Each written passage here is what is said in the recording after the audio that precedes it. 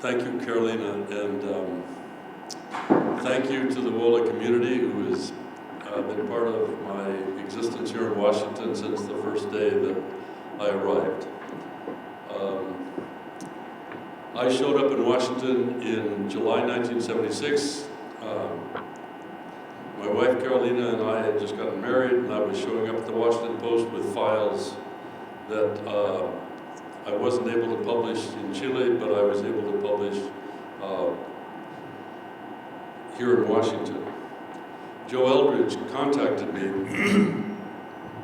and took me around to meet with congresspeople interested in human rights.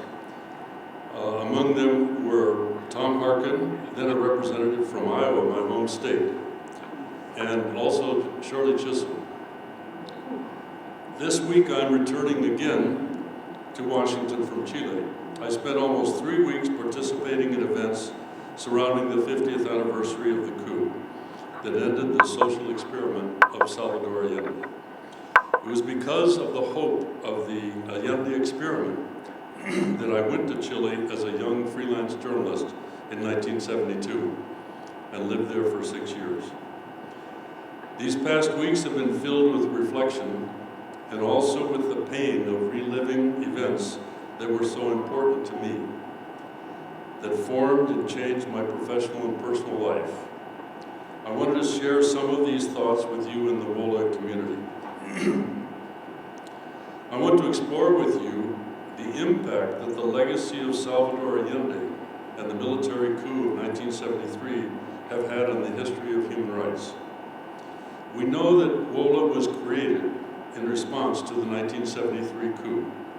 We know that human rights was established as a major part of the U.S. political agenda in reaction to the violence in Chile.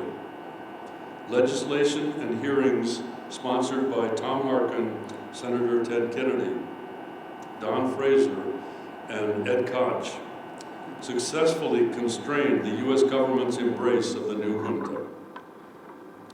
WOLA, though it was just beginning, had an important supportive role in promoting the legislation and in shaping the consciousness of the American people.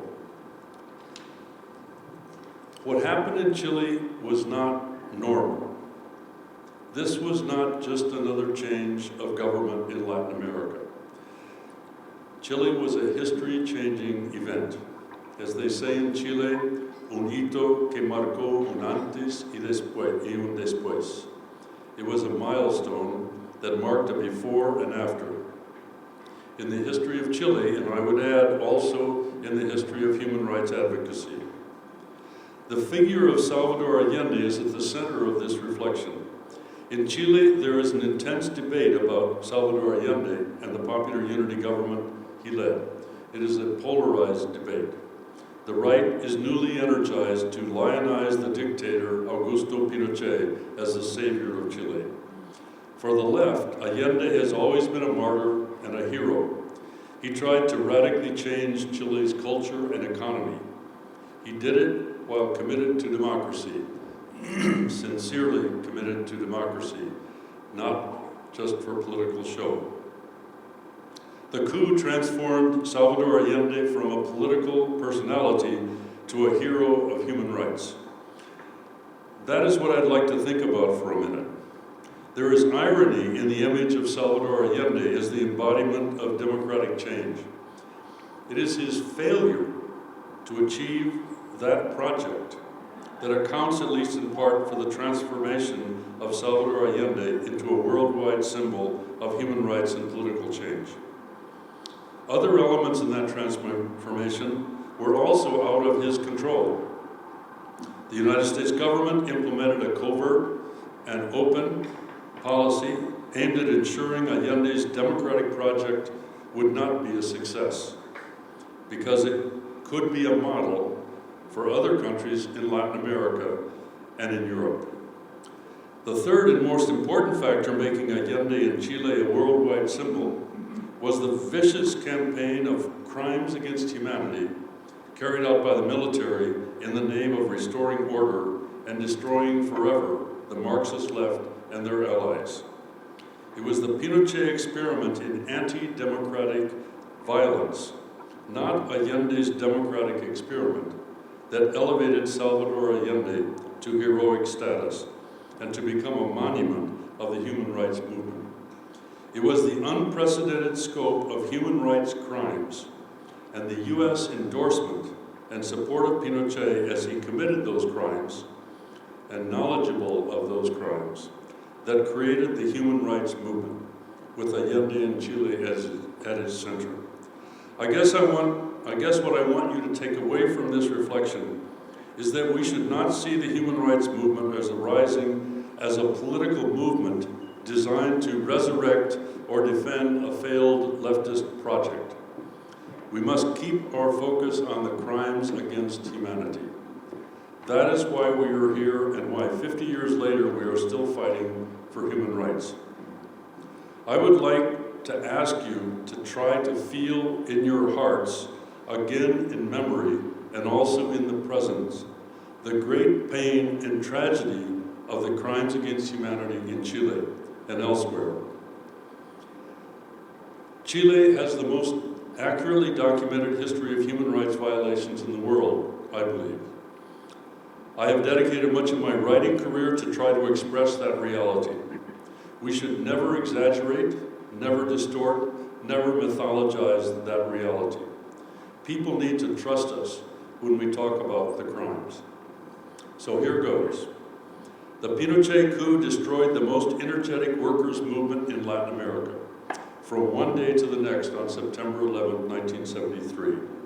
7,000 people were imprisoned in the National Stadium in the first 2 weeks.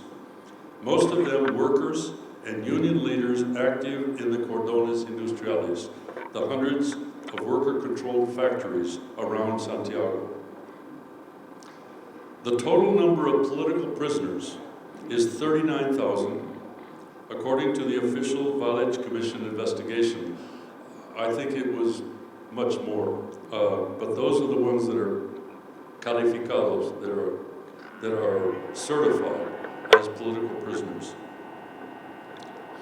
The prisoners were submitted to systematic torture as a policy of state, according to the same investigation. And that's the basis for the figure of the 40,000 tortured. Foreigners were a particular target of the repression. There were an estimated 20,000 foreigners who had gathered in Chile for political reasons, as exiles from other military governments, like Brazil, or as supporters of the Allende experiment, like the hundreds of Americans and European academics, technocrats, journalists like myself, and just political sympathizers. They were systematically persecuted. 800 were rounded up in the stadium. About 50 were killed, among them Charles Horman and Frank Tarugi. And thousands had to seek protection in embassies and special safe houses set up by the United Nations, something the United Nations had never done before in any other country. 3,200 people were killed, of whom 1,469 were disappeared. That is to say, they were held in secret, tortured and murdered in secret, and their bodies disposed of so they could never be found by the families. 93% were men. The mass political killing, systematic use of torture, and the new tactic of forced disappearance are considered crimes against humanity, a category of human rights crime created to capture the horror of the Holocaust of World War II.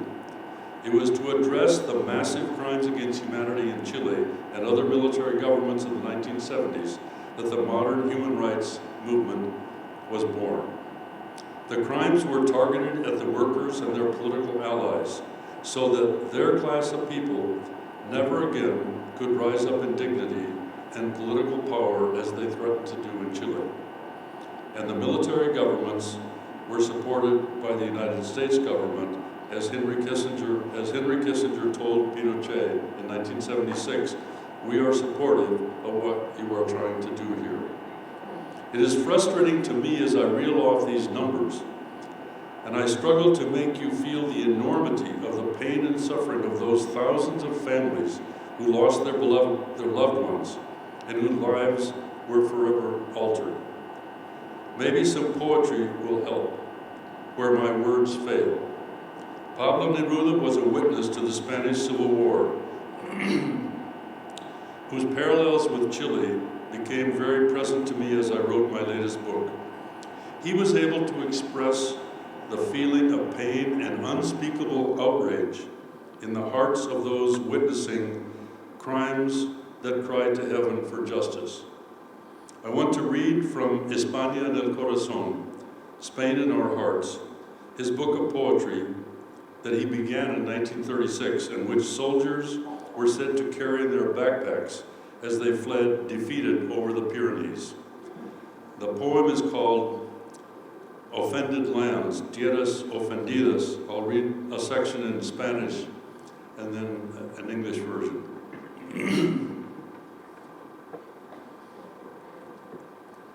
Might be a little hard to listen, but immerse yourself in the words of Pablo Neruda.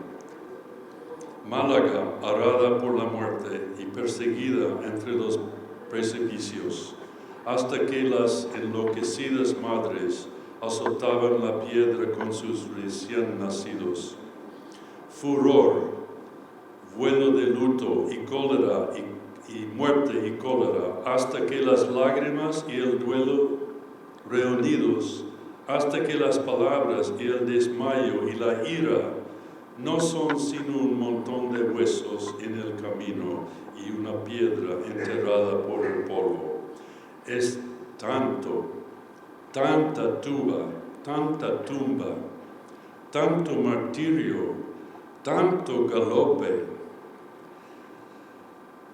de bestias en la estrella, nada, ni la victoria borrará el agujero terrible de la sangre.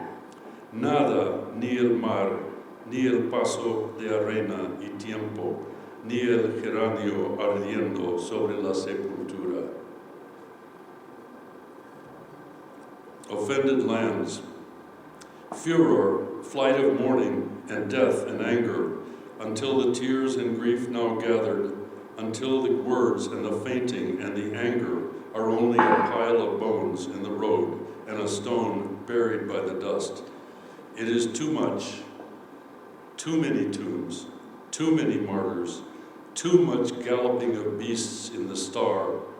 Nothing, not even victory, will erase the terrible bloody cavity. Nothing, neither the sea, nor the passage of sand and time, nor the geranium flaming upon the grave.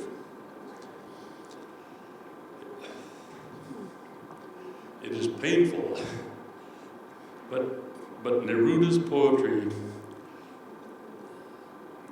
says what I feel and am not able to express in my writing.